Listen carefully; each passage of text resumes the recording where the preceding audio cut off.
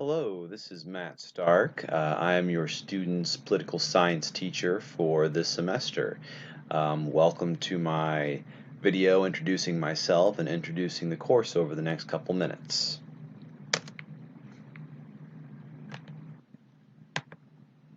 Here's my contact information. Email is mstark@heronhighschool.org. We're not using Haiku more. We're using Google Classroom. Your student should already be signed up for my class, and you should have access to that as well, as long as you're signed into their Google email account. And that phone number is for the Heron. I'm going to be optimistic when we get back there this semester. So a little bit about me personally. I went to college at Indiana Wesleyan University in Marion, Indiana, and I majored in political science and history. I was privileged to be able to play baseball there as well. My first job outside of college was a police officer in Noblesville, Indiana. Was there for a little less than a year, went through all the training, and really found out that the career wasn't the best fit for me.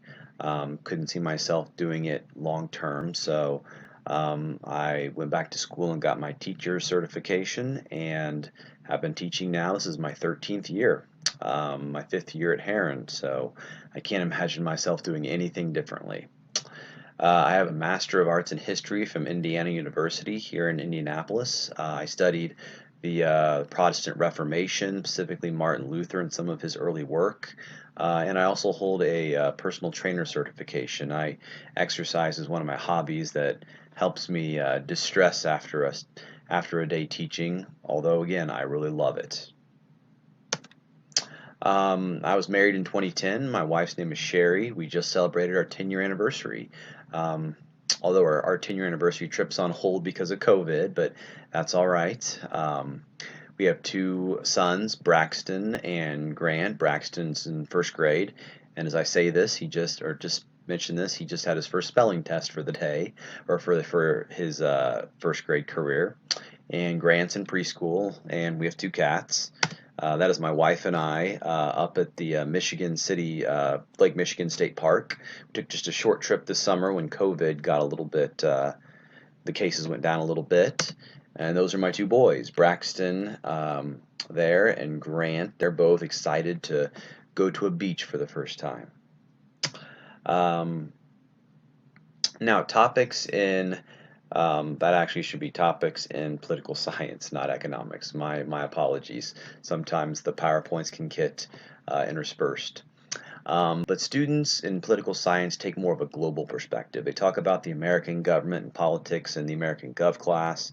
Now we kind of branch out a little bit. Although being a presidential election year, we'll have some units and conversations and assignments on presidential election politics as well. But we talk about ways in which people get their political knowledge and what are the sources of it.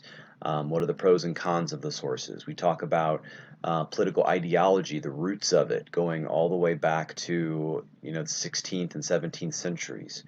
We talk about different ways that people around the world get involved in their political systems, from simply attending a speech all the way towards demonstrating or protesting. We talk about international affairs, ways in which countries relate to each other through international organizations or through international law or through official diplomacy.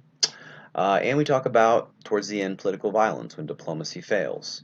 When there's political violence, different ways that's expressed through individual and collective methodology. And ultimately in this class, we do a lot of articles because political science is always current. There's always new things happening, so we like to do a lot of articles. There is some notes, although over Zoom, some of those notes students will do before class. We don't spend most of the Zoom meeting just taking notes. We do have some assorted videos that we show, news reports, especially when new events come up.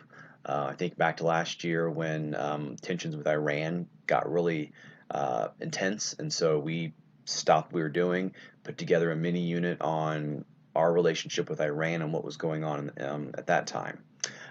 We do have debates, although we do definitely stress respecting other viewpoints, the classrooms being a safe place to give your viewpoints and opinions, and a safe place to disagree with classmates' opinions in a respectful way. Um, and so those are just a little bit of a sample of some of the activities we do.